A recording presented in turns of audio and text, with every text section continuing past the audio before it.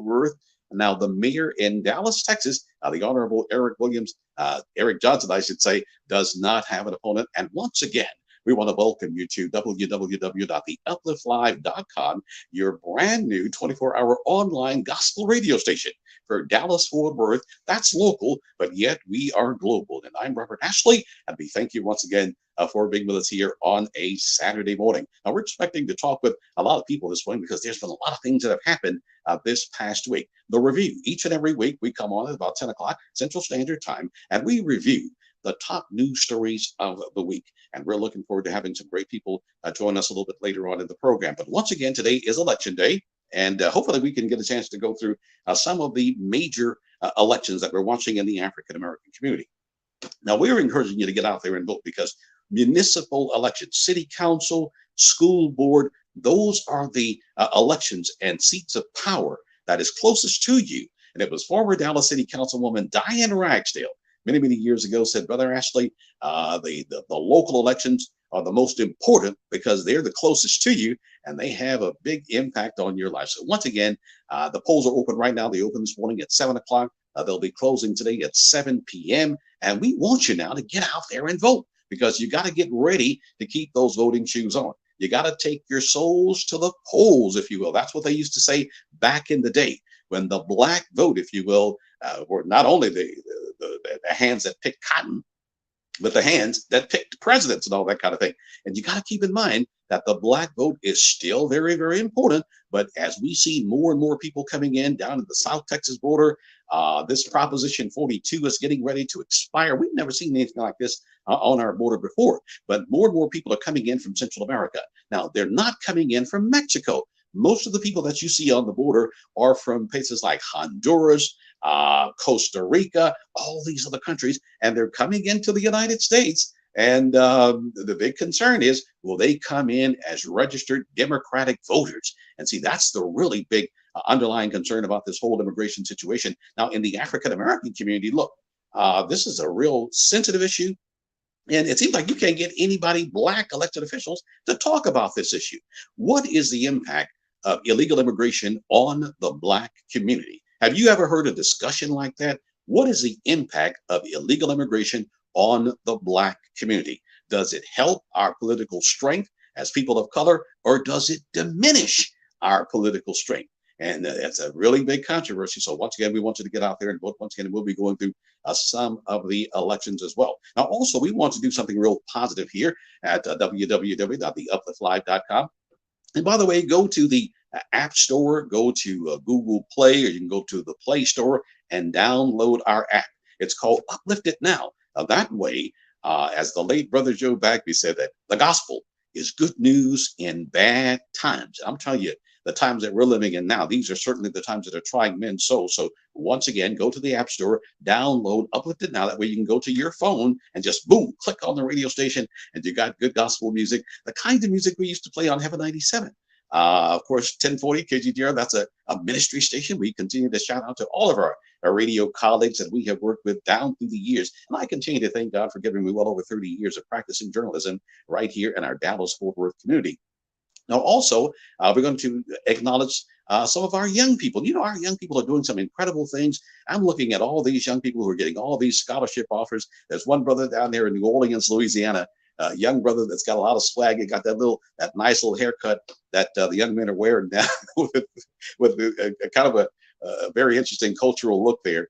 And see, that hairstyle is saying, I don't care what you think about me. I'm going to be me. And that's a very revolutionary stance that a lot of our young people are taking with these hairstyles. That's a whole nother show there. But we're going to be acknowledging some of our young people who are graduating, and we want to push them on in spite of the fact it seemed like it's a real challenging time to be a young person growing up in a very, very confused society that we're living in. So coming up in just a minute or two, we're going to acknowledge a young lady from Carter High School who was on her way to do some really, really big things. And we're going to be doing that each and every show. And also want to acknowledge some of our pastors. I want to really shout out to Pastor Freddie Haynes of the of a great church in Dallas, Texas. Now, Pastor Freddie Haynes, Friendship West. And I almost joined Friendship West. I remember I was really thinking about my soul salvation and just the whole nine. And it was between the Potter's House and Friendship West. And I literally talked with both pastors before I actually joined. I wound up eventually joining the Potter's House, but certainly had a great conversation with Pastor Freddie Haynes, and he just recently celebrated 40 years in the ministry. And we certainly want to acknowledge Pastor Freddie Haynes, the pastor of the Friendship West Baptist Church there. You pass down Interstate 20 and you look over to the left, look over to the right, and you'll see a church there that's got that big Black Lives Matter sign up there. And we want to continue to salute Pastor Freddie Haynes for being a very, very conscious pastor. Now, he's controversial. He's controversial. And I've heard some of his sermons that some of those members in there be looking around each other. He said, I know you're mad. I know you don't like it. But he preaches it anyway. So we want to acknowledge this morning Pastor Freddie Haynes and all of our good friends over there at the Friendship West Baptist Church. We remember when you were at 616 Keith Boulevard.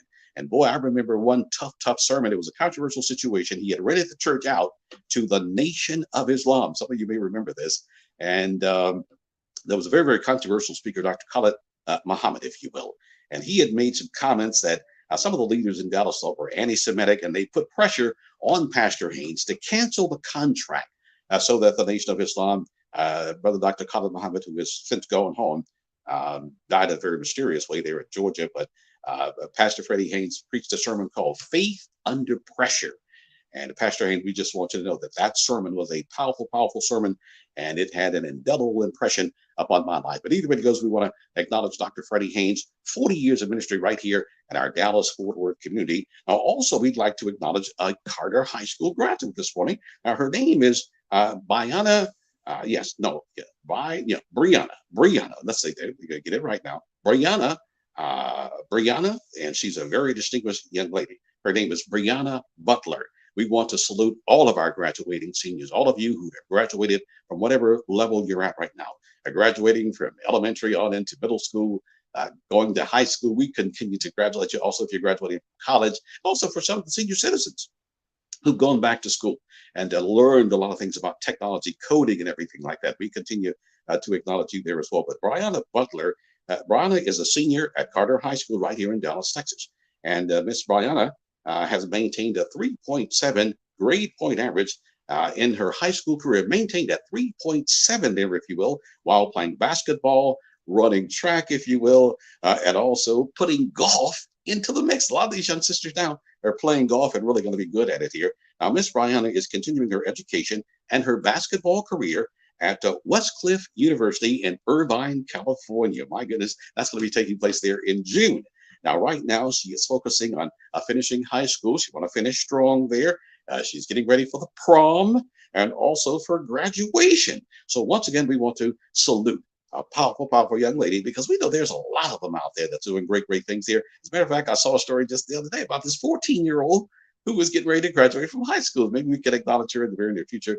A 14-year-old graduating from high school. 14 years old? Are you serious? Well, her sister did it before her, and that gave her the inspiration. But right now, we're just acknowledging Brianna Butler out of Dallas, Texas, a Carter High School graduate doing really, really big things. All right, well, once again, you're watching and you're listening to the review. Watching and listening to the review. I'm Robert Ashley here on a Saturday morning, and once again, we're in Dallas, Texas, home of the Dallas Cowboys, the Dallas Stars. Now, I don't know if you're into hockey yet, but we've got the Dallas Stars who were kind of like into the semifinals of the National Hockey playoffs. I tried to get into hockey, but for some reason, I just it just doesn't. I don't know what it is about hockey, but no hate here, no hate against anybody. But the Dallas Stars, we salute you, because you are indeed shining this morning. Now, the Texas Rangers are also playing some really interesting baseball. You haven't heard very much about the Texas Rangers. They redid the whole thing, brought in a new skipper and all that stuff, and they're doing some really, really big things. And of course, the Cowboys are in the off season, and most of these NFL teams are retooling. We're also thankful that the Baltimore Ravens finally, eventually, went on and signed a contract with Lamar Jackson. That's that brother. Now, he's the highest paid quarterback. Dak, you're going to have to move over a little bit there, Dak, because he did get him, I think, a year deal with $365 million or something like that, Lamar Jackson. And also, they got Odell Beckham to be a wide receiver there for the Baltimore Ravens. So that's going to be interesting to see if Odell Beckham and, of course, the quarterback, Mr. Jackson, will be able to get coordinated. I used to be a wide receiver when I was in high school there at Fair Park. And boy, you and your quarterback are in sync. Man, you can just run up and down the field. and score all kinds of touchdowns, things of that sort. But either way it goes, we continue to acknowledge our local community here in the Dallas-Fort Worth area. And once again, we want to continue to invite you to this radio station. Now, I know that we're live here on Facebook, YouTube, and Instagram, but this radio station, www.theupliftlive.com. Now, there's a lot of online radio stations, but this is a gospel station where we're uplifting the name of our Lord and Savior Jesus Christ. And as I said earlier, the late brother Joe Bagby told me, he says, Bob, that's what he used to call me, Bob, short for Robert. He said, Bob, the gospel is good news in bad times. So please go to Google Play or the Play Store and download our app, Uplift It Now, because you're going to need the gospel music that we play here at www.theupliftlive, because the times that we're living in. And we're going to get into some of that in just a minute or two. But once again, let's get you really up to speed as to what's happening in terms of the elections. Now, today is election day, city elections, city council, mayors, things of that sort. Now, in Dallas, Texas, the mayor, Eric Johnson, unopposed. We heard Mayor Johnson on KRLD this morning. That's the all news station right here in Dallas, Texas. And what we're doing now, we got to reestablish a lot of our contacts that we had when I was with Heaven 97. Because when we left, when Heaven 97 was sold, and then of course we left 1040 KGGR, I just had to reorganize and kind of re-scramble some things here. But I want to say good morning to Mayor Eric Johnson. He ran unopposed for the first time since the 1970s in Dallas, Texas, that the mayor did not have any kind of competition. Now, a little bit down the road over in Fort Worth, Texas, I want to say good morning to the incumbent mayor, Mattie Parker. Mattie Parker, the mayor, did work with us very, very closely. On Heaven 97 KHVN, we had a 2-hour show called The Community Forum. And whenever those elected officials, whenever election time would come around, we would always host a lot of political forums. Now, some of you may remember one of our most famous political forums there where, I hate to say it, but a fight broke out. Yeah, a fight broke out at a gospel radio station, and it was involving the county commissioner's seat, involving Dallas County Commissioner John Wally Price. And of course, he was being challenged by former Dallas City Council member Dwayne Caraway. But that was a tough day when these guys, and we went to a commercial break. The next thing I know, there was chairs all rolling and all that stuff.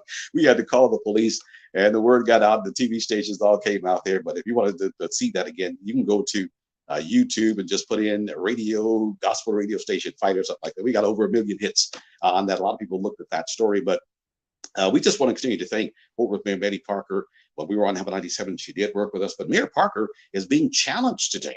There are several other people say that move over Fort Worth Mayor Mattie Parker. Now, Mattie Parker is the mayor of Fort Worth, Texas. She's 40 years old, and she's considered to be the youngest mayor in the United States of America. But Allison Kennedy, Jennifer Castillo, Adrian Divine Smith, and Kenneth Bowens Jr. all are running to replace Fort Worth Mayor Mattie Parker. Once again, the polls are open right now. Allison Kinney, Jennifer Castillo, Adrian Divine Smith, and Kenneth Bowen Jr. all are running for mayor of Fort Worth, Texas, challenging the incumbent Fort Worth Mayor Mattie Parker. Now, in City Council District 2 in Fort Worth, there's no opposition. City Council member Carlos Flores is, of course, running for re-election, and at this time, he does not have any kind of opposition. As we move on over to District 4, we're watching a very interesting race here involving Teresa Ramirez and Charlie Louverdoff. They're both in that particular race. That's District 4 in Fort Worth, Texas. Now, this is this is one of the hottest contested races in Fort Worth. District 5, we want to say good morning to the incumbent Gina Bivens, if you will. And Gina Bivens is being challenged by a gentleman that we had a chance to meet, and we would call him a perennial candidate. He runs each and every time. The one and only Bob Willoughby. I want to say good morning to Bob Willoughby. We've talked with Bob on many, many occasions. He's challenging Gina Bivens, who is the incumbent. And then, of course, the Reverend McKinley Jackson Jr., who is the pastor of the Samaria Baptist Church. Now, this is really an interesting race there in District 5. And I know that there's been some controversy that went on in this race. Something supposedly happened at a home. I don't want to get off into that. We may have to leave that to the Fort Worth Police Department. But in District 5, we're watching this race. The incumbent, Gina Bivens, is being challenged by the Reverend McKinley Jackson Jr., whose father, the late Reverend McKinley Jackson Sr., actually held that Fort Worth City Council seat in District 5. Now, some of you have been around long enough to remember when Pastor the late Reverend McKinley Jackson Sr. I remember him. We did interviews with him. He was always gracious when we would call him about a big issue that would come up. He'd always come on the radio and talk with us. But we're watching that District 5 City Council race in Fort Worth, Texas, where the incumbent, want to say hello to you, Gina.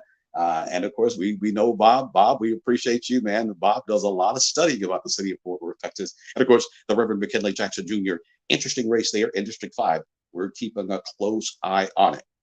Now, also in District 6 in Fort Worth, Texas, once again, today is election day. Just take 5 minutes out of your time to get out there and vote. You'll feel really, really good about yourself, knowing that you're not wasting a vote. You're not forfeiting power. When you don't vote, you give up power. Look at the House Republicans, Jim Jordan out of Ohio, how they're getting all this information about President Biden, trying to open up a criminal and saying the man was involved in a criminal enterprise. Oh my goodness, what? Oh, we'll get to that maybe a little bit later on. But in District 6 in Tarrant County, Fort Worth, we have Tanya Carter. We also have Natalia De La Cruz, and also Dr. Gerald Williams. Dr. Gerald Williams. Now, Dr. Gerald Williams, very distinguished brother. He's the incumbent in this race. And we remember when Dr. Williams first got into the political arena, and when we looked at his resume, we said, wait a minute, brother, you are a technological genius. What are you doing talking about running for city council? Aren't you should be somewhere selling your own artificial intelligence company or something of that sort, getting into coding and learning how to write these different computer languages and start off making $50,000 a year, job at lowballing yourself like that, and you understand that coding and this technology, this AI stuff, if you will. But once again, Dr. Gerald Williams is the incumbent in District 6. And we remember when Dr. Williams upset previous longtime incumbent in that particular race. But today, Dr. Gerald Williams, the incumbent, is being challenged by Natalia De La Cruz and Tanya Carter. That's in District 6. They're in the Fort Worth City Council race. Now, moving on over to City Council District number 7. Once again, we're just giving you some of the people that are running today so that when you get out there, you can cast an intelligent vote if you're in the Fort Worth area. Now, in City Council District 7, we have Jason Ellis, Macy Hill, and Caleb Backel, who's running in that particular race. That's District 7. And I don't know which one is the incumbent there, but Caleb Backel, Jason Ellis, and Macy Hill are all vying to become that city council person in District 7. As we move on to District 8 here, the very distinguished brother, the Reverend Dr. Chris Nettles, unopposed there in District 8. We want to say good morning to the previous city councilwoman, Kelly Allen Gray.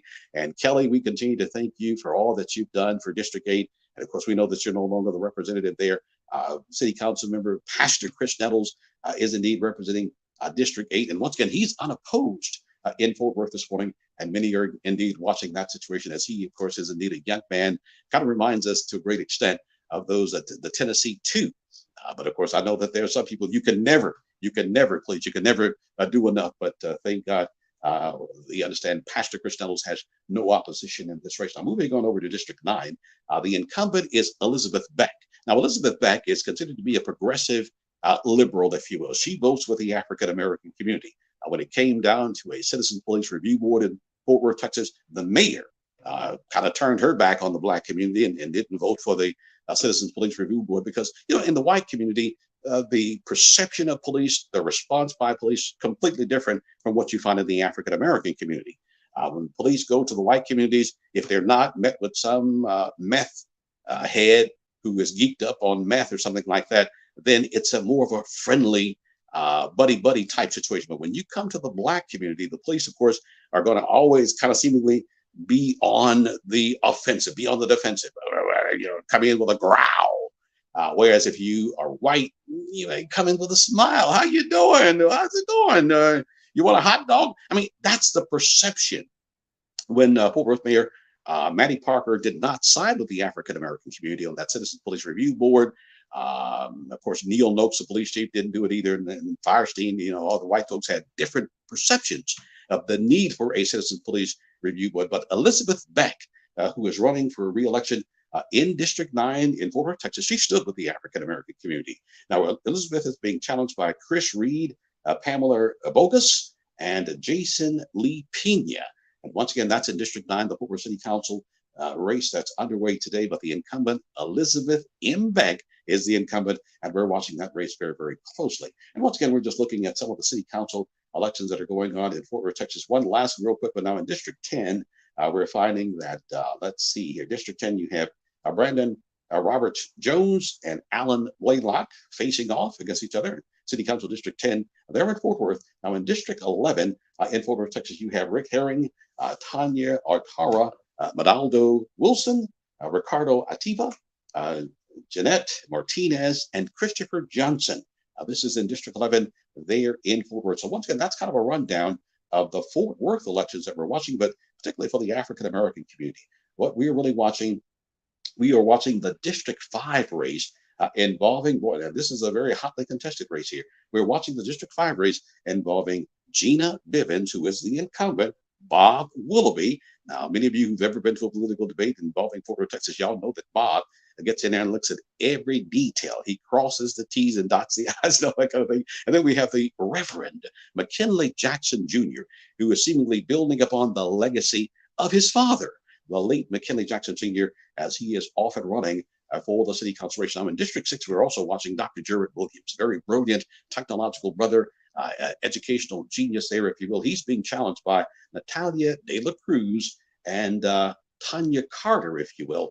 And once again, in Fort Worth, Texas, going back to the mayor's race here. Now, of course, from what we understand, Fort Worth Mayor Maddie Parker is not expecting to have any kind of really big challenge, but Jennifer Castillo, from what I understand, is trying to amass the Latino vote there in Fort Worth, Texas, to maybe try to leverage some political power. All right, well, once again, you're watching and listening to the review. I'm Reverend Ashley, and we thank you once again for being with us here on a Saturday morning right here in the Dallas, Texas area. And the review, we are here on www.theupliftlive.com. If you need to be uplifted because you're thinking that there's a possibility we will have World War III involving Taiwan and China, if you're concerned about what's going on with the escalation just this week, there was an allegation that somebody tried to take out the Russian President Vladimir Putin, if you will. There's the allegation that somebody allegedly fired a drone over there going after Vladimir Putin. And see, the thing about that is, if we're continuing to arm the Ukrainians and they're sending off missiles and drones over there in Moscow, we just better hope and pray that nobody's going to send off one of these type of missiles over here in the United States of America and try to hit Washington, D.C. Because if you heard about what happened in Israel this week, Hamas and all these other groups fired well over 200 rockets into Israel. They supposedly have this Iron Dome thing that's supposedly knocking down all of the missiles that come in. But from what we understand, that they only got 60% of those missiles that rained down on Israel just this past week. And that's something that we're watching here as well. Now, also in Fort Worth, Texas, we got a school board election that's coming up. One of the big races that we're watching there, the District 2 race involving the incumbent Toby Jackson. I want to say good morning to Toby. We've worked with Toby down through the years. Toby is being challenged by Patricia Pat Carlson. And also we're watching District 3. We're watching this race. Dr. Quentin Q. Phillips, we call him Dr. Q. Dr. Quentin Q. Phillips, the incumbent, is being challenged by Tanisha James and Valerie Navarez. So we're watching that race very closely there as well. All right, now I've got some guests with me on the line here. We're going to come back and also give you a rundown of the city of Dallas elections here, because we've got some really hot races here on the school board and city council that we're watching as well. But joining me right now, I do believe we have Reggie Ruffin, the founder of the Just Cause Coalition, who has been with us on a regular basis here. Now, we also have with us today the Reverend Melvin Brown, considered to be a biblical scholar within this community. And is that my good friend Steve Krieger is with us here today? And my brother, good to see you. It's me in the flesh. Well, God bless all of you. Well, let's say good morning to everybody. Reggie, Reverend Brown, Steve, how's everybody doing this morning? Doing good. Morning, gentlemen. Good morning. Doing good. Oh, well, Steve and Steve Krieger is with us here today, and Steve is with us. And we're going to talk about the banking system. We're also going to talk about did you hear about the what was it? The World Health Organization announced just yesterday the end of the COVID-19 pandemic. They say it's all over right now. And there's still a lot of concern about what's going on there. And of course, this situation up in New York. Now, many people have been talking about, this has been the talk of the week here in New York. And there's been a lot of outrage over the chokehold death of Jordan Neely. Maybe we can talk about that to a great extent. And then now, in terms of President Biden. Now, I know that a lot of Black folks A lot of white folks, a lot of people supported President Biden. But Yeah. there is a big investigation that's going on with President Biden, y'all. Right. That now some people say, "Oh, it's politics." But as a journalist, we say, "Let me see the documents. I don't care about no politics. If there is empirical evidence, if the FBI have some kind of a document alleging that President Biden was involved in a criminal scheme to sell national security secrets, and involves his son." And we've seen all these documents that were found at one of the Biden houses when he was vice president. Barack Obama, are you concerned? Could this jeopardize the so-called black president, Barack Obama? Because if they come up with these documents indicating that Joe Biden and his son have been engaging in selling America's secrets, and that he had all these classified documents when he was vice president, but then again, ABC, NBC, the national media, big tech, they're playing a role in all this. But either way it goes, let's go ahead and get started. Gentlemen here, Reggie, we want to start with you. Today is election day. Right. And the polls are open right now. And Reggie just talked to us about the importance of getting that vote out in the local elections, because I remember politicians even came by your house asking you and your family to get out there and vote. Exactly. And that narrative has always been misleading for a lot of people. Some people feel that, well, it doesn't matter if I vote or not. I'm not the same person still gonna get reelected. But too many people have died behind the right to vote. So I feel we owe it to our people before us that we have to come out, because that's the only way you're gonna make any type of impact in our society. Is you have to get involved and be a part of the voting process. I mean, too many people have been marginalized behind not being able to vote. I remember we was talking about Crystal Mason. She went out there to vote, and then for some reason it caught somebody's eye. They act like she was really influencing a whole lot of other elections. She was just only one vote, like everybody else is only one vote. So, the trouble that they went through behind that one, that just turned to a whole entire fiasco, and it made the powers that be look like some bullies, picking on one person, trying to exercise their right to vote. Some people believe once you're a convicted felon, you can't vote, but that's not true. Once your time has been done with the state, you can go back and reapply to vote. So I would tell anybody to be out here to vote, because the people that we have in office, they get in office, then they tend to forget. And that's one of the things I did express to Carolyn King Arnold when she came by my residence about that. I said, when I supported you, you got in. But once you got in, you didn't know me no more. When I had problems, you were never there.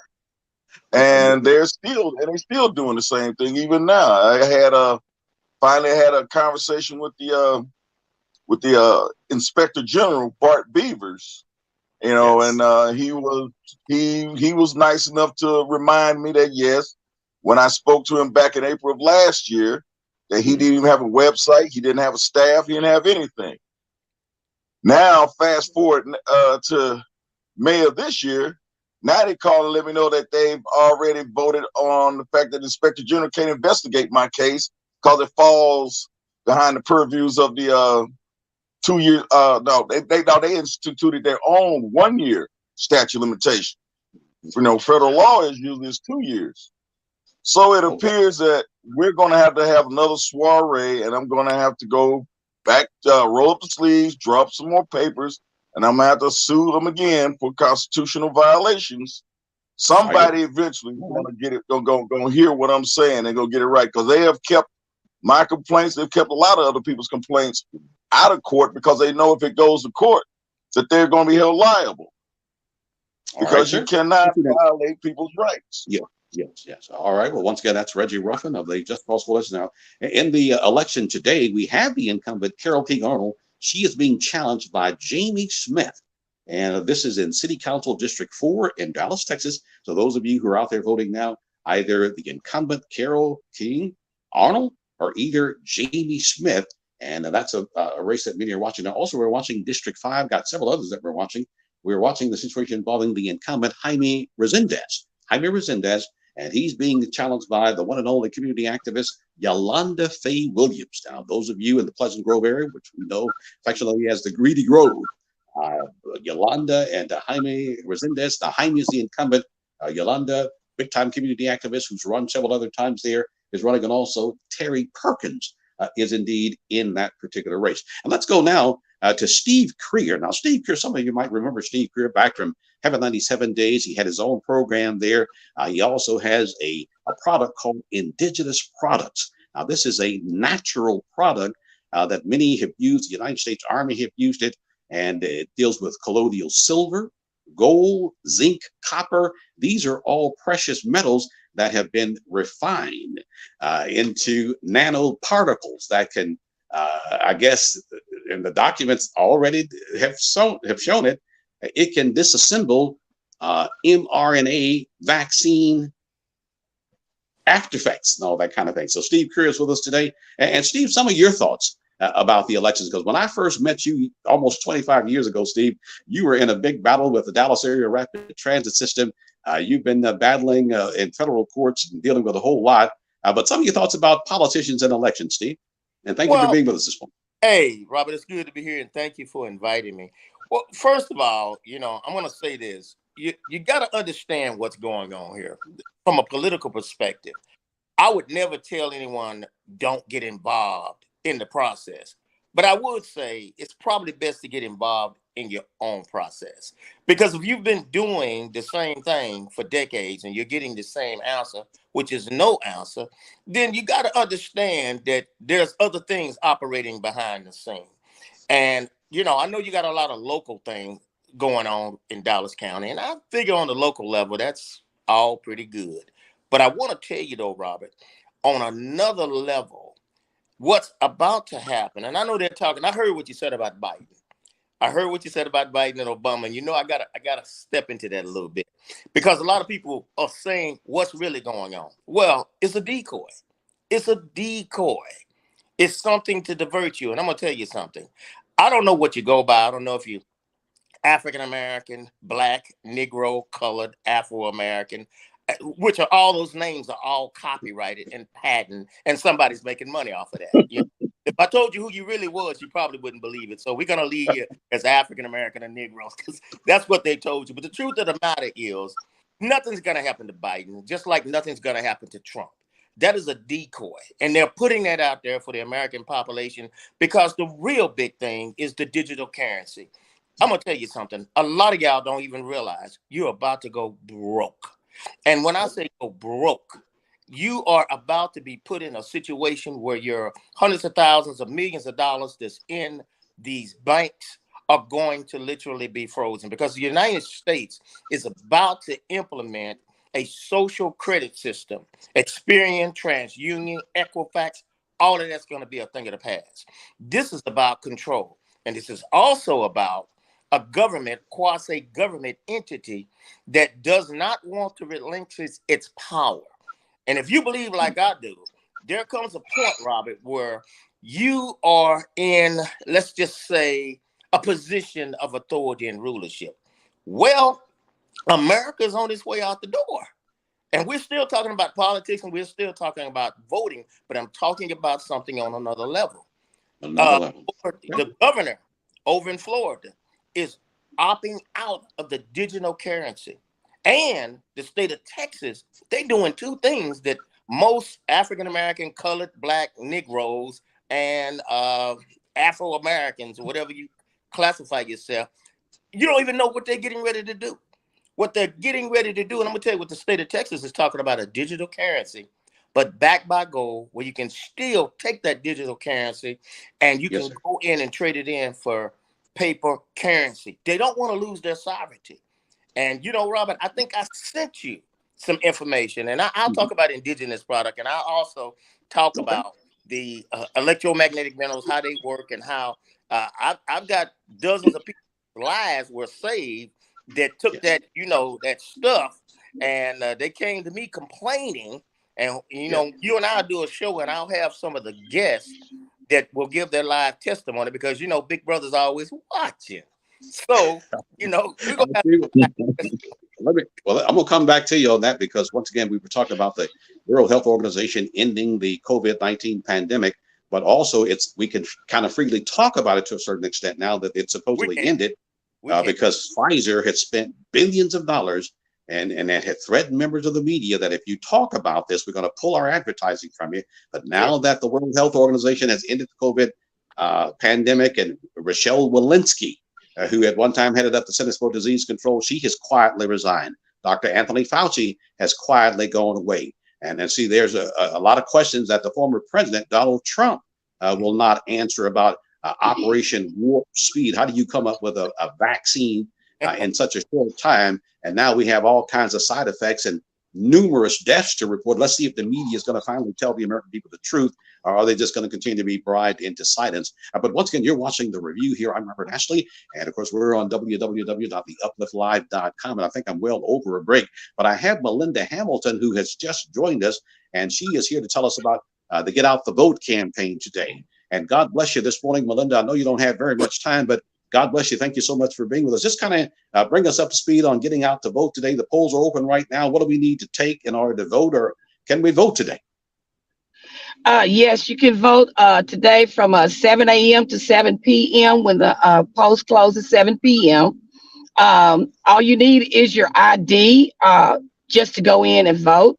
All of the locations are open. We have over 52 locations in Fort Worth that are open right now. I have been out to 6 of the locations this morning, and that's where I've been. That's why I wasn't on, but I was listening to you. But I have been at the locations. We need to get the people out. The numbers are very low. On last week, Tarrant County was at a 9.5%. And I don't know what it is today, but right now I'm not seeing that many people coming to the polls because like I said, I've been to 6 or 7 of them already this morning. But Arlington is out there doing their thing, but Fort Worth, we need to get up out of bed and get down there to the polls and vote. Yes. Now, also, Melinda, you informed me about a threat that had been made, and I understand the Fort Worth Police Department this morning did make there's been some new developments in that given situation about that threat. Right. Now, I have a copy of the audio. And we understand that the Fort Worth Police Department has arrested a person this morning. And I'm going to play this audio right now to let the Uplift listeners hear exactly what was going on. And from what we understand, if you're going to go out and vote today, if you're going to be in downtown Fort Worth tomorrow, just anywhere, we've got to be mindful of all that's going on because it seems like people are losing their minds right now.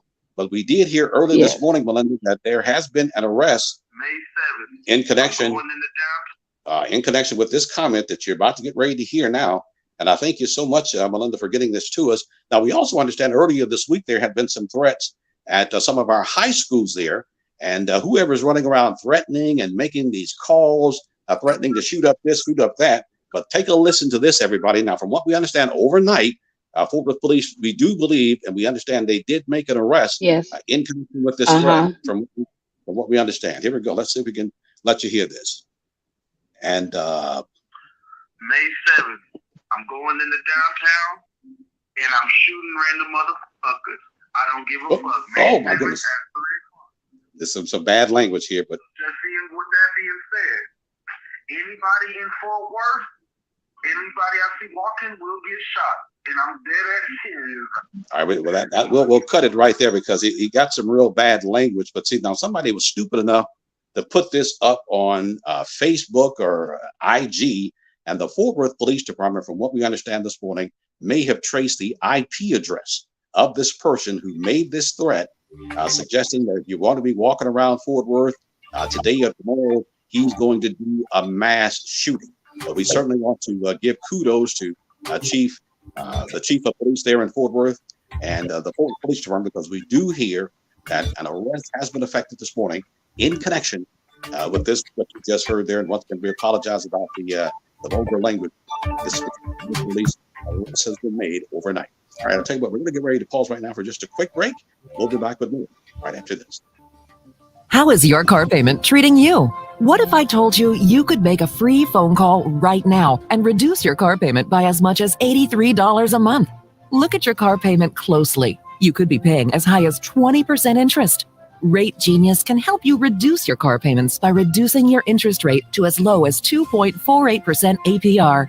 We can refinance most existing car loans or leased cars, new or used, and save you money every month.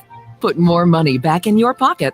The call is free to find out how low we can lower your car payment. 5 minutes of your time right now could save you hundreds of dollars a year. Call Rate Genius now. 800-811-8451. 800-811-8451. 800-811-8451. That's 800-811-8451. Not all applicants qualify for a loan or rate savings. Actual offer terms, including APR, are determined at the time of your application based on creditworthiness, value of the vehicle, loan term, and other factors. Post-COVID travel is on a surge. Many of you are traveling for fun because you've been locked up for 2 years. Listen, whether you're traveling for fun to Italy, Greece, Spain, France, or somewhere else fun in the world, or USA, now is a great time to book before the crowds hit and save. Plus, with a strong U.S. dollar, you'll get more travel bang for your buck. Right now is a smart time to make your reservations and call low-cost airlines. With one phone call, you can let us do all the work for free. We'll shop hundreds of airlines, hotels, resorts, and give you a way to save huge money on your vacation plans. And if you call right now, we'll give you a free hotel room with a qualified travel purchase. So call right now. 802-341-4534. 802-341-4534. 802-341-4534. That's 802-341-4534. Your source for your favorite gospel music. It's all right here on the Uplift. Right here on the Uplift.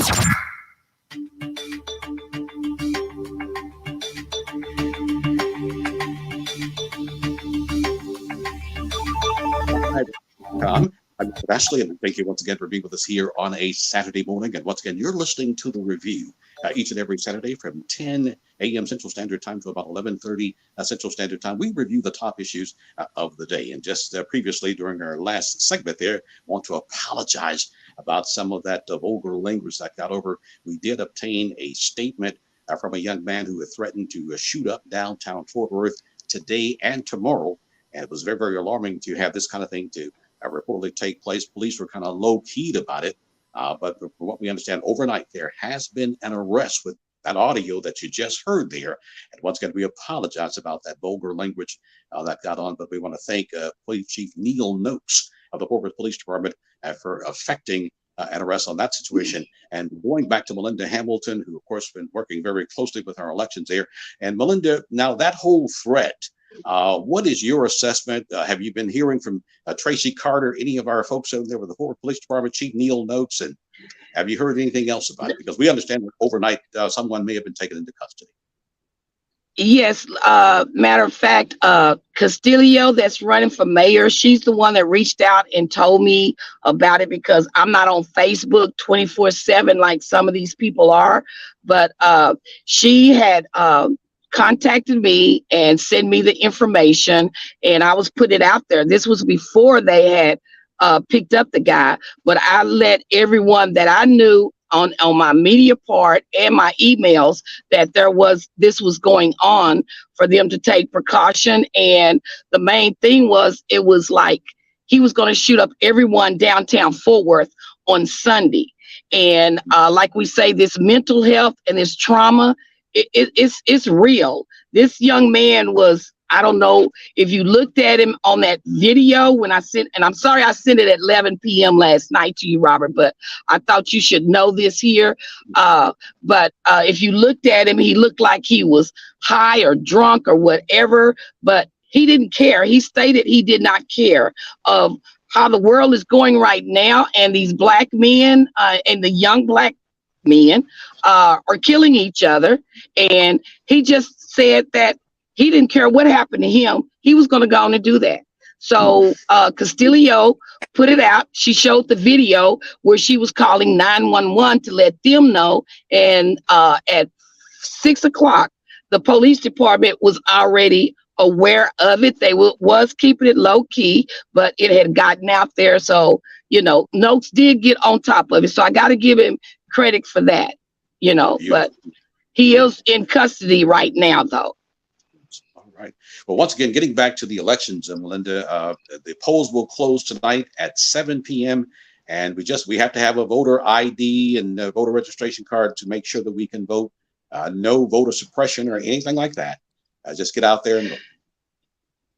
No, you just take your driving license. That's what we've been doing. They haven't asked for those 2 forms of ID, but just precaution. It just depends on where you go. Make sure you have 2 forms of ID, your voter's card and your driving license, or your Texas ID, either one. All right. That sounds great. Sounds great. All right, Melinda. Well, thank you so much for coming on. Anything else before we let you go? Thank you all.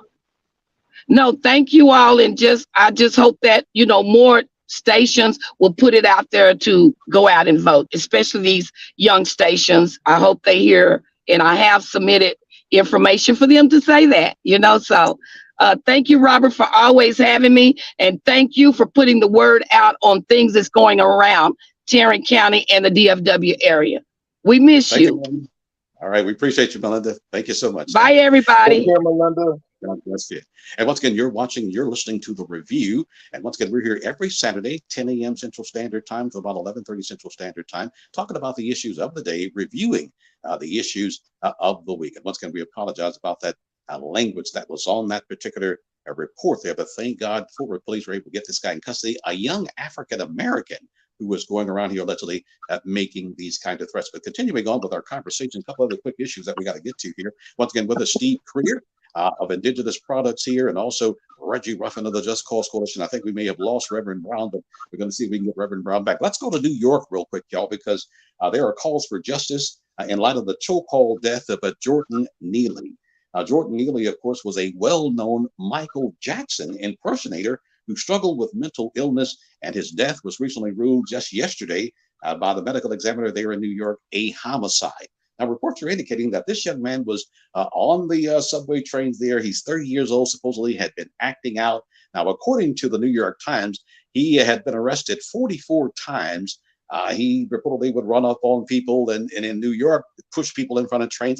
There's all kinds of allegations against this young man. But at the same time, you have the Black Lives Matters group who held a big protest demonstration yesterday. They're calling for a 24-year-old Marine to be arrested in connection with his death. And I guess, Reggie, starting with you, the whole situation involving Jordan Neely, a 30-year-old black man choked out by a Marine who was on the subway train, saying the people felt threatened, and that there were other passengers who've also come forward and said they felt threatened for their lives. And when the Marine stepped in and choked him out, now the Marine claims he was not trying to kill him, but trying to subdue him until police got there. But to put somebody in a chokehold for 15 minutes and you don't let up enough so that they can breathe and you kill him, should he be charged, Reggie? Or what do you think? Well, I'm gonna hold judgment on it for now until we get all the facts, because you know how 1 minute everybody uses that old fearful for their life excuse. So I always try to maintain objectivity on these type of situations, because the time you think they should have, they did. The time they think they did do it, they shouldn't have done it.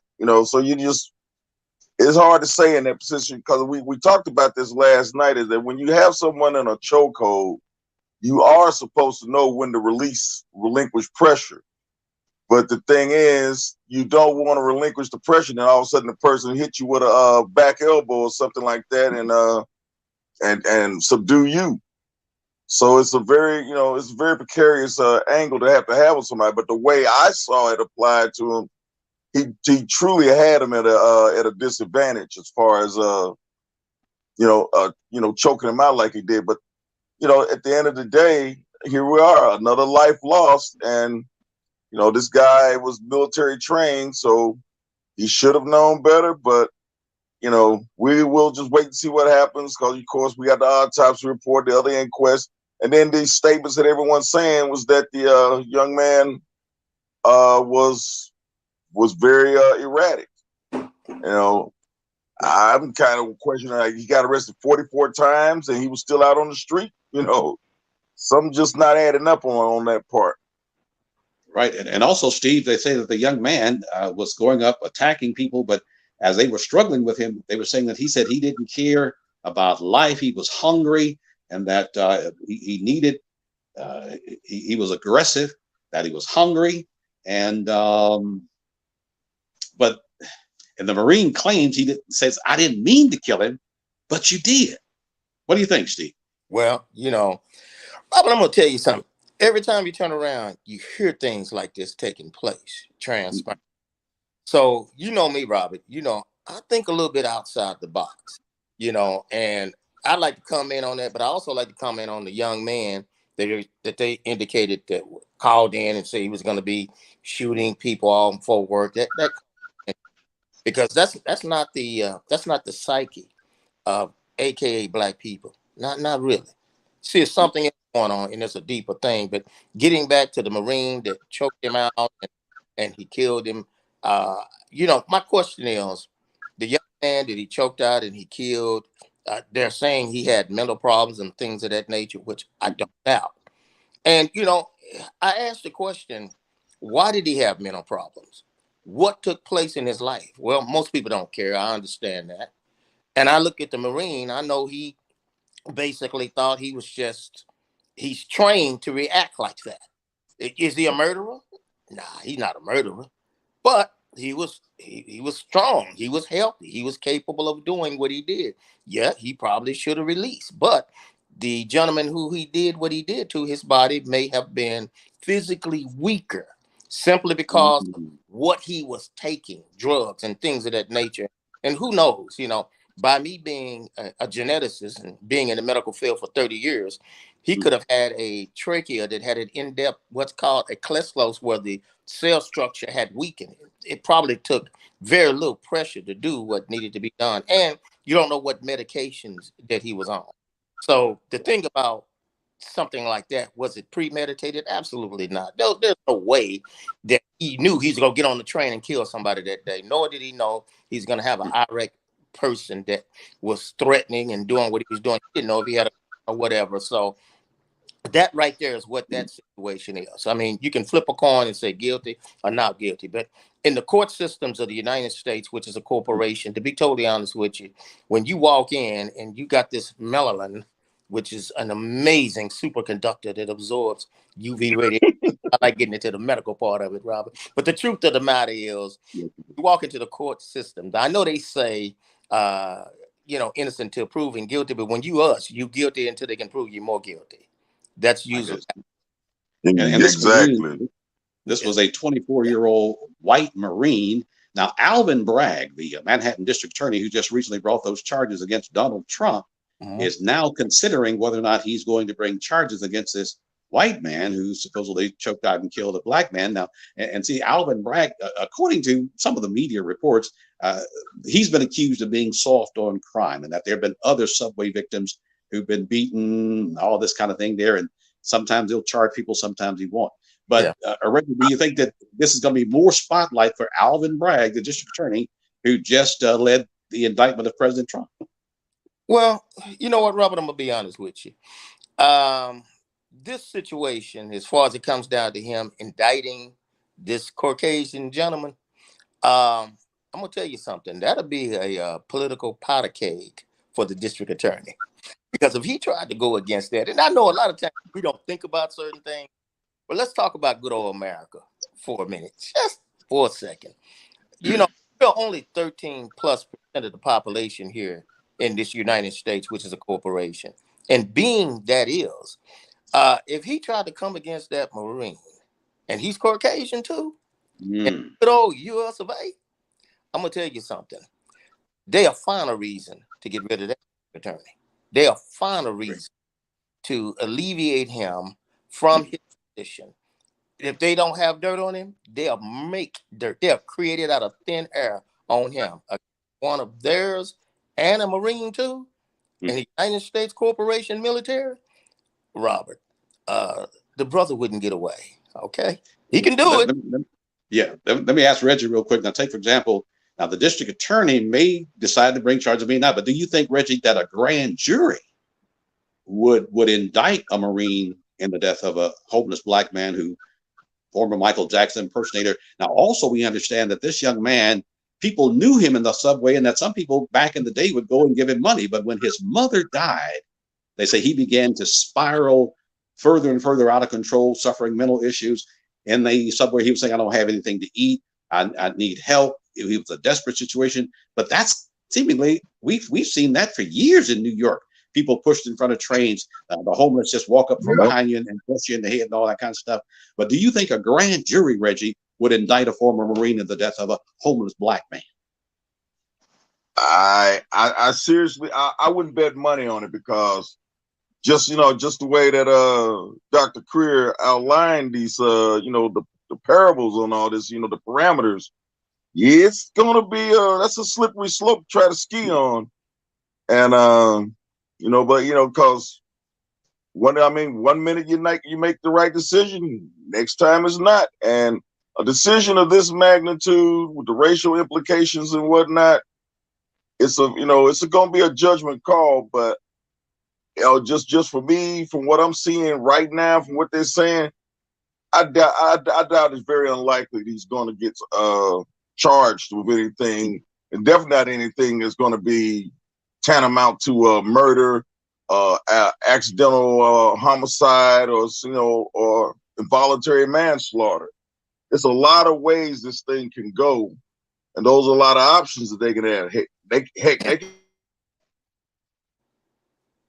Okay, I think Reggie may have gotten caught up there, but once again, you're watching The Review, and you're listening to radio station www.theupliftlive.com. I'm Robert Ashley, and we're with you each and every Saturday morning as we review some of the top news stories of the week. Now, coming up in just a quick minute or two, we're going to get ready to take a real quick break. Reggie is back with us here. Now, also this week, y'all, we had another situation over in Atlanta, where a young 24-year-old black man by the name of Dion Patterson reportedly shot up a waiting office there at a medical facility in Atlanta. We've come to find out that this young man was mentally challenged, and he had been denied some of his meds. His mother was even in that waiting room, but he took out a gun. He killed one person and shot 4 others. And many of you know that Atlanta is kind of a chocolate city there. So a lot of the people who were impacted, it was black on black. There were several young white women who were also injured in this particular shooting. But I'll tell you what, we're going to get ready to pause for a real quick break. And once again, you're listening to The Review. And we certainly want to apologize a little bit earlier there. We had obtained a clip from a young man who supposedly was going to go on a shooting spree in Fort Worth, Texas. And there was some vulgar language in that clip. And we certainly want to apologize to our valued Uplift family. We know that this is a gospel station, and I just hate that kind of got out there, but thank God, Fort Worth Police Chief Neil Noakes of the Fort Worth Police Department, Terry Carter, and all the fine folks in public relations there. We understand that this young man is in custody. He had threatened to shoot up the downtown Fort Worth area. We thank God so much for that. But once again, today is election day, and don't let anything stop you from going to the polls, because we want you to take your souls to the polls, and also go ahead and get warmed up for the upcoming 2024 elections. Now, 2024, that's next year. The elections will be here. We're going to be checking in with some of our Congress people and getting ready. And also, speaking of Congress, did y'all see the big announcement this week where Democratic Congressman Colin Allred, the former NFL star out of Dallas, Texas, has announced that he's going to run for the United States Senate and challenge Republican Ted Cruz. So that's going to be quite interesting. But I'll tell you what, we're going to pause right now for just a quick break, and we'll be back with more right after this.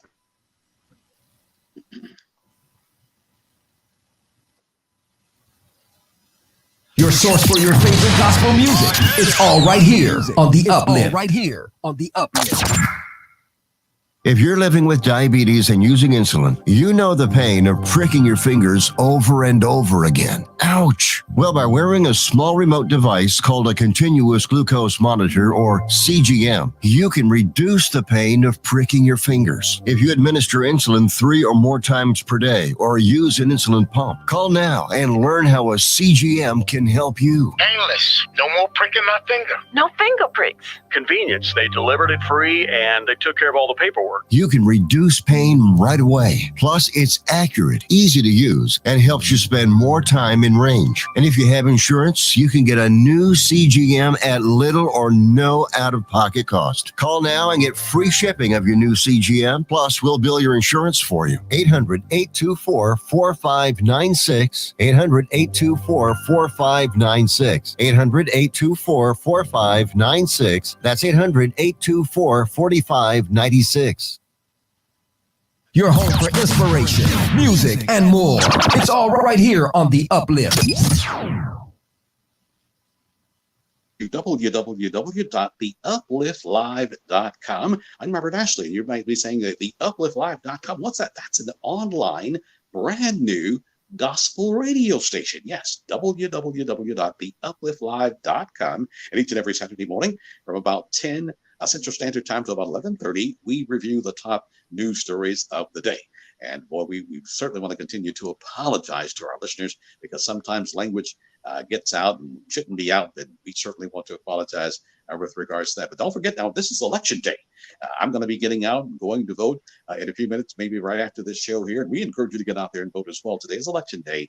This is May 6th. City council elections, mayoral elections, school board races, the elections that are closest to you. But with us right now at this time, Steve Creer of Indigenous Products. Steve, of course, very, very outspoken as to what's been going on. He's been keeping up with a lot of things here. Coming up in a minute or two, hopefully we can talk about the World Health Organization. Did you hear it yesterday in the news?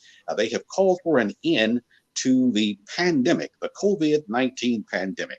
And boy, hopefully the truth now can be reported because we've known a lot about COVID-19, the pandemic there, what happened, but there's been kind of the kibosh put on the media because Pfizer and a lot of those pharmaceutical companies that are completely immune from pharmaceutical side effects from the vaccine, completely immune. I think Ronald Reagan back in the 1990s or something signed that piece of legislation, or maybe it was Bill Clinton or somebody, that pharmaceutical companies are immune. So if anybody in your family got injured as a result of the COVID vaccine, we continue to pray for them. There's nothing you can do legally, but just yesterday, the World Health Organization said the pandemic is over. Dr. Rochelle Walensky, who got caught off tape saying that they knew the vaccine wasn't going to work in the first place, got caught off tape saying that, and she wound up resigning on yesterday. Dr. Anthony Fauci, if you were to ever get into any of his emails about what they didn't want the American people to know about it, it's just an incredible situation. But either way it goes, election day here, and we continue to thank all of you for being with us. Now, coming back to Reverend Brown, who is indeed back with us. Reverend Brown, I want you to come on into the conversation because before we took the break, we were talking about Dion Patterson, this young black man who went to a medical facility this week in Atlanta, Georgia, with his mother in the waiting room. And when they denied him his meds, Reverend Brown, this brother got in there and shot the waiting room up, killing one person and injuring four. And Reverend Brown, we had talked, I think coming up next week, we're going to have a mental health specialist. But Reverend Brown, what do we do about this mental health issue? A lot of us have this stigma. If I get counseling, people are going to think I'm crazy. But if you don't get counseling, you're bound to be crazy. And then again, we have people say, well, just go to church, just pray, and don't get the professional help that you need. And this is not a slam against the church. But Reverend Brown, talk to us about this whole mental health aspect. Thank you, Reverend Dr. Ashley, for having me this morning. And I greet my brothers who are a part of the discussion today. I certainly don't want to spiritualize the issues that we face, but I do believe that all of us are in a world that it's constantly changing. And I use this statement sometimes in my sermons and my discussions with people that we live in a world that's ever changing. It keeps changing, but we're under the umbrella of God who never changes. And I think we as Christians, particularly you leading us in this discussion, have to be very sensitive to the emotional, spiritual, and mental health of people in general. We're at high risk probably than ever before. I've never heard of these many shootings in my whole life. It's been going on for years and years, but it seems like it's happening at least twice or three times a week. And me being a pastor or a man of God, I'm very empathetic to the situation, but at the same time, versus just praying about it, there's things that we can do about it. And I think the security of our children is at the top of the list. I think public places such as the church, the post office, the bank, wherever that may be, we're going to have to take some very serious measures of how we protect ourselves. Wow. And Steve, let me get you back into the conversation, because they say that this young man, Dion Patterson, after he shot up the waiting room, he left the hospital with his mom in there. And the mom, who did survive it, said that he was upset because they refused to give him anxiety medicine. Steve, what about this anxiety medicine that could make this young man go into a rage and shoot up a waiting room when they wouldn't give it to him? Well, I tell you what, Robert, let's take it a little bit deeper than that. It's not just the anxiety medicine that he was wanting. He was basically fiending for something to be able to help him to cope. Now, I'm going to take you a step forward, and I really want you to hear what I'm about to share with you, Robert. Mm-hmm. The injections that they gave all over the world, most people don't realize that that was not a vaccine, okay? And by me being a geneticist, and I specialize in what I do, and I specialize in melanated genetics, what took place is anytime your DNA and chromosomes are rearranged genetically, what happens is the mental stability of melanated people changes. Now, they knew this when they gave it. And Robert, you know that me and Corey Tony, we were on your show for 5 months warning about different things. And the plug, of course, got pulled on me.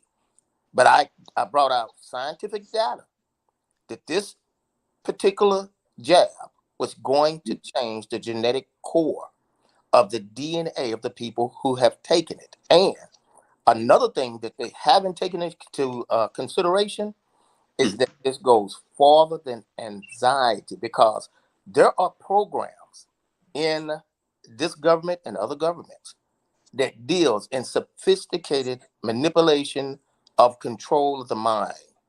And one thing that the pastor said, and I couldn't agree with him more, and I'm old enough to know I've never seen anything like this in my life. But I'm going to tell you something. I realize there's no such thing as coincidence. And I realize in the quote unquote Black communities, they are opening up mental health facilities at breakneck speed. What does that mean? Let me tell you. Somebody has put a target on men to look like me, you, and these awesome gentlemen that's on your show. And for that individual to do that, and that is not the psyche of Black men. That's not our psyche. That's the psyche of another group of people, but not us. I'm telling you, there's something going on deeper than what they're saying through normal media. And if I really got into it, Robert, they would find it unbelievable. Yes, indeed. Now, also, we understand that Dion Patterson, who is, of course, police did arrest him. He did survive the shooting. He wasn't killed in a shootout or anything like that. Now, he's a former Coast Guardsman, Reggie, and he had been receiving care at the Department of Veteran Affairs. But to deny him that kind of medicine, the fact that he's a former military person, former Coast Guardsman, and he was discharged earlier this year, but they're not saying why. Could all of that have led up to some sort of a disarrangement of his mind, or what do you think? The background, Coast Guard. As the old saying, to be continued. We will have to see what all led to that. What happened to the tragic day a couple of days ago that pushed him over the edge. I mean, it could be any number of things. Something going on with him at home. Whatever was going on with him personally. What gets people to these points is always a story behind it, because no one's going to sit up here and tell me that this person just woke up one morning and all of a sudden it's on. And, we've seen too many of these mass shootings, and it was always a telltale sign that something was going on, but it got ignored. And then we don't realize it until it actually happens. Then once again, we're having another story about it on TV being played out in front of the world. Yes. Okay. It, you know, I mean, and it makes it hard for the ones that are out here, you know, trying to protect ourselves. Because, you know, I mean, I carry a gun. Someone could presume the worst of me, but I mean, I know how to diffuse the situation before it gets to that point. But this also galvanizes my reason for having a gun, because, you know, people ask me all the time, why do you have one? My question for them is, why you don't have one? Because too many things is happening right around us, and I'd rather be prepared than to be caught talking about, oh, I wish I'd have had it, because, you know what I mean, anything can happen at any given day. And that's the threat that we all have to live with every day. If it's not some fool running around here with a gun, it's the cops. If it ain't the cops, it's a road rage. So, you know, you're sitting in line at a restaurant or something, then someone start popping off. You have to be very wary of your surroundings everywhere you go. Just like the man said in boxing, watch out for the cheap shots, protect yourself at all times. Amen. And Reverend Brown, we were talking a little bit earlier about these 5 pillars of life. And I think, you know, at a time like this, as we're talking about this mental situation involving the Black men, when we think about the young man in New York, and of course, Dion Patterson there in Atlanta, these 5 pillars of life, Reverend Brown, if you could maybe kind of go over those right now, and for everyone in our own lives, think about these pillars. Do you have these 5 pillars in your life, and where are they? And Reverend Brown, why don't you come on and give them to us real quick? Those 5 pillars. Thank you, Dr. Ashley. This actually was initiated in our last broadcast. We were engaged talking about the same thing we're talking about today, and why we're vulnerable. And so the discussion was, I believe it was presented by one of your guests. I apologize for not having his name, but he mentioned 4 pillars. Okay. And what he said was, he said the church, he said the family, he said the community. And so that's 3. And I believe another was perhaps the school. Yep. But here, you mentioned school and government. You got, here's what I did from that. God, the family. You have school, community, and government. Okay, let me come back around and just in my own assessment, put them in the right order. First of all, we're created by God. So the word pillar, Pillar, means stable. It means foundation. Okay, so that's number 1. We're under God. That's spiritual. But we're not all spiritual beings. We're human beings with a spirit. Okay, so number 2, we have family. Family is very, very important, because our identity and our DNA with where we come from, our parents, our grandparents, 2 or 3 or 4 generations before us, determine a lot of our characteristics. That's number 2. Number 3, I believe, is school, our education. And I don't want to minimize other ways of learning, but if you don't go through the basic steps of education and being a good person to learn, you're going to have emotional problems. Okay, so that's number 3. And you used the word crazy. Am I right? Yeah. Well, I guess it can be defined any kind of way, but yeah, the 10th floor. That's number 3 is education. Number 4, I believe, is community. We are a community of people. It doesn't matter what color you are. In this case, it does matter because we have more situations in our community and our culture. But what I'm trying to do is put it in order so that we don't get off track and think it's something that it's a psyche or it's something coming from the outside. This is all internal. This is what we learn. Our behavior and our character is what we learn from what we have. So community. And the last thing I think that's very important that we've been talking about this morning is government. Okay, so those are the 5 pillars. Those are the things that we stand upon. That's the foundation of who we are as a people.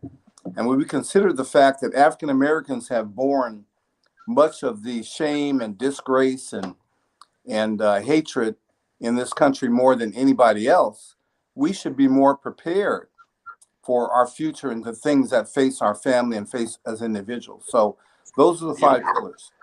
Okay. And once again, you're watching the review right here at www.theupliftlive.com. And for those of you looking for gospel music, particularly here in the Dallas-Fort Worth area, it's an online gospel radio station, www.theupliftlive.com. And every Saturday morning, we're here from 10 o'clock Central Standard Time to about 11:30 Central Standard Time. It's also election day today. The polls are open right now. And let me just quickly run through a couple of races in Dallas, Texas.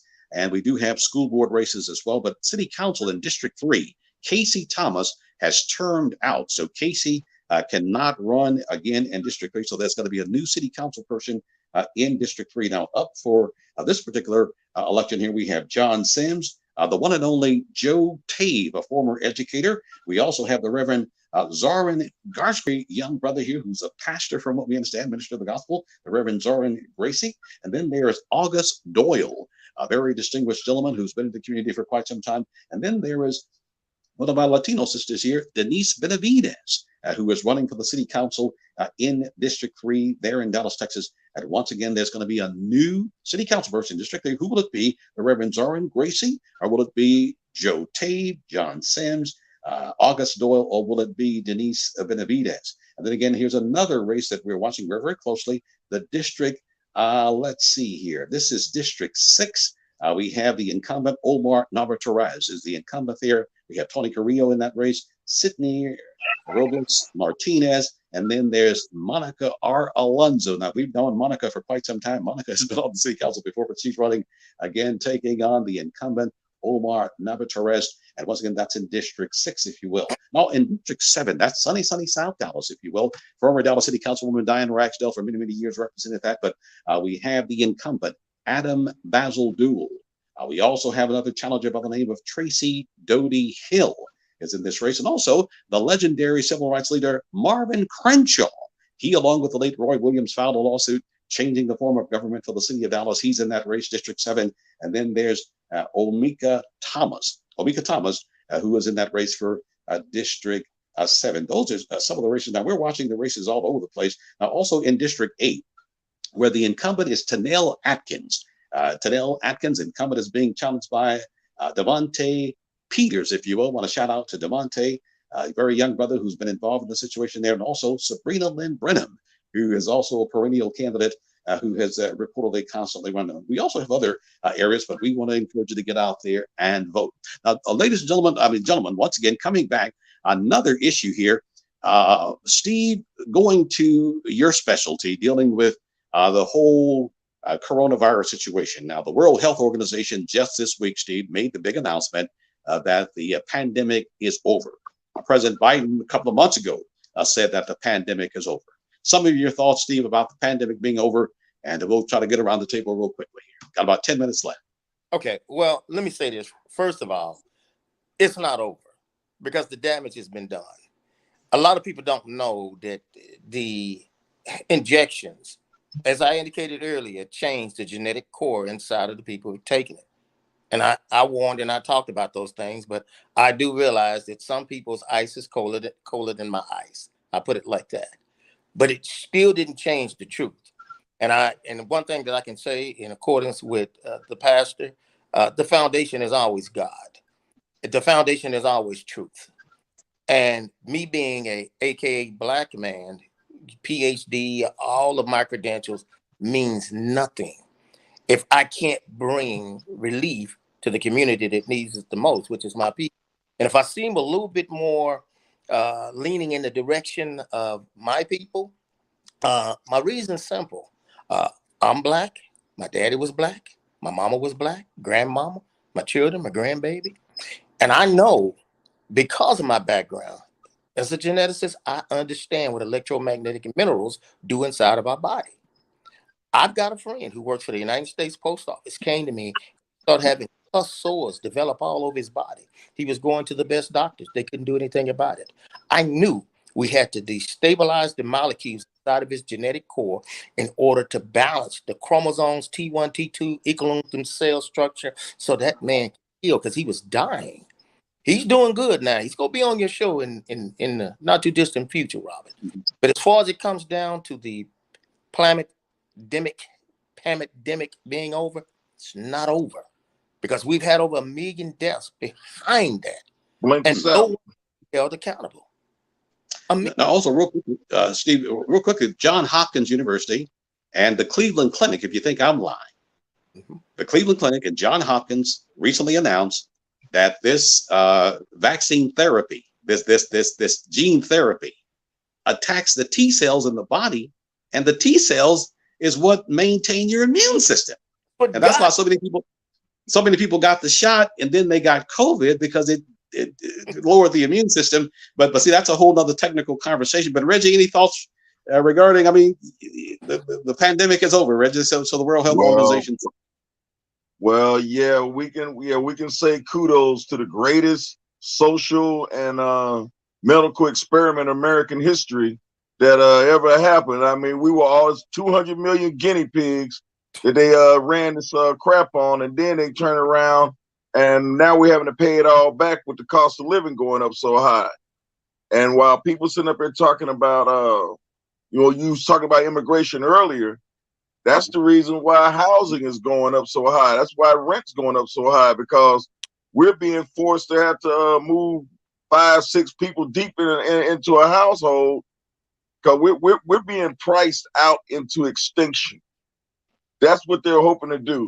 And then for those who can some way somehow afford to keep a roof over their head, well, they'll provide that for us as well. So we have to stay woke on all of this stuff, that these things that happen with no accident. I mean, anybody who thinks that that this was something that just bumped into us, you're sadly mistaken. White America wants to keep a firm grip around everyone's neck, so they want to play Hispanics against us and us against them, while they just sit back with their popcorn and watch the show. So we can't no longer be deceived anymore. Yes, sir. And Reverend Brown, real quickly, some of your thoughts about the vaccine, and then wanted to come back to the border, because Title 42 is running out. And as we see all these people laying on the ground in El Paso, what impact will this whole immigration situation have on the Black community? But Reverend Brown, some of your thoughts about the ending of the pandemic. That's an interesting statement, that we're being told that the pandemic is over. I don't want to insert any history as it relates to what happened in the Bible, but we have to understand that the pandemic has a name to it, the COVID-19 virus. Well, in the Bible days, in the Old Testament, and even prior to that, there were plagues. Yes. Okay, so if we put it in the context of what's happening to us as human beings, there have been plagues before. They didn't call it COVID-19. So God, what I'm saying is that we're existing today by God's mercy. Yes, with sir. all the intelligence, with all the medical training, and all the skilled people that we have, we still need God. And I can't overemphasize that to say that where we are today as a people, we got to love each other, stop hating, and stop being racist, and stop cheating and lying, and be honest and be truthful and live holy and accountable to our God. Amen. And Steve, coming back to you, as we are having thousands of people come in through the border, they're not required to be vaccinated, because the international courts are saying that we are American citizens, and there's been laws passed saying that if we suffered vaccine injuries, we can't sue. But in light of the fact these people are not Americans, and the World Court has said that they, if they don't have to be, the U.S. government would be liable if they shot them up and then they suffered some vaccine injuries. But Steve, real quick, on the vaccine, then the border issue. How's that going to impact the Black community? Can we expect to see a flood of people in the Black community, or how's this illegal immigration, all these people coming in, the end of Title 42, how's that going to impact the Black community? Well, of course. I mean, economics. I mean, we're in hyperinflation. They're getting ready to change the monetary system. And we need that. Hispanics, I mean, good Lord. I mean, they're unified. They'll find a way to come together. I'm going to say this. As far as it comes down to us, I'm a firm believer that we are original people. And I also believe that the Hispanics are a chosen people too. We're not going to be wiped out. They're not going to get their wish when it comes down to us. But a lot of us are going to suffer, Robert. And I need to say this right quick because it was a point that I wanted to bring up. One thing that's very true, that people who have taken the shots, the insurance companies are not telling you they're not going to pay the insurance policies. I chatted with you a little bit about that. They're not going to pay it. They're not telling you they're not going to pay it, but they're saying that if you commit suicide or you go out or you take an experimental drug that you knew it was going to have side effects, and the clauses of those policies, of the insurance policies that you pay premium monthly, they're not going to pay it. And you know what? They may tell you in a verbal sense, yeah, we'll pay it. You better get it in writing, because there are people's insurance policies that's not being paid once they find out that you took that injection. And as far as it comes to the border situation, that is by design. But I told you, and I talked with you, Robert, I told you the United States has put in, excuse me, let me change that. Austin, in the state legislation, they put in a House bill to basically separate the state of Texas from the federal government. You got a lot of people don't even realize. I was in Corey Tony's office and we were talking about that. And there's really a House bill getting ready to be voted on in July to separate the state of Texas from the federal government. A lot of people don't even know that's happening. Like and the state is also backing digital-based currencies. This whole new situation. And see, when we see these banks failing and the government bails them out, then next week there's another one. And just yesterday we heard about another bank that's about to get ready to blow up. And we're almost out of time here. But Reggie, it looked like you might get the last word. Reggie, real quick, concluding thought from you, Reggie. Well, to piggyback on what Mr. Creer's saying, yeah, Texas. Well, you know, I joke about this a lot. Greg Abbott thinks he's the president of the sovereign nation of Texas, and they're hyping it up like that. I mean, you know, you never know what's going to happen in the next few years, because, I mean, we could wake up next day and be under invasion by foreign countries. Anything can happen, and like I said, we just going to have to stay focused on what's going on, and we're going to have to pay more attention to what's happening around us, because, you know, the hunt is on, and we're the prey, and we're going to either figure out how to eliminate that, or we're going to perish. One other quick question. Now, there was a report. Now, these are coming from Republicans who are now controlling the House. They're suggesting that there's an FBI document, Reverend Brown, Steve, and Reggie, that there's an FBI document alleging that the president was involved in some sort of a criminal scheme. Did y'all hear that story this week? Of course. I've heard a whole lot of stories this week. All right, y'all. Now look.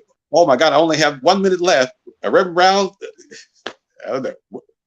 should the FBI reveal this document, or is that just political talk from the Republicans who are trying to get President back? We've seen this before, Dr. Ashley. The reality of the president taking information and exchanging it outside the borders of our country, we've seen that more than one time. This is not anything new. It's part of the political infrastructure, if you will, that the president has the right to do that. It's unfortunate that Trump got caught, but the reason why Trump got caught is because he did some other things that brought embarrassment to him as a leader.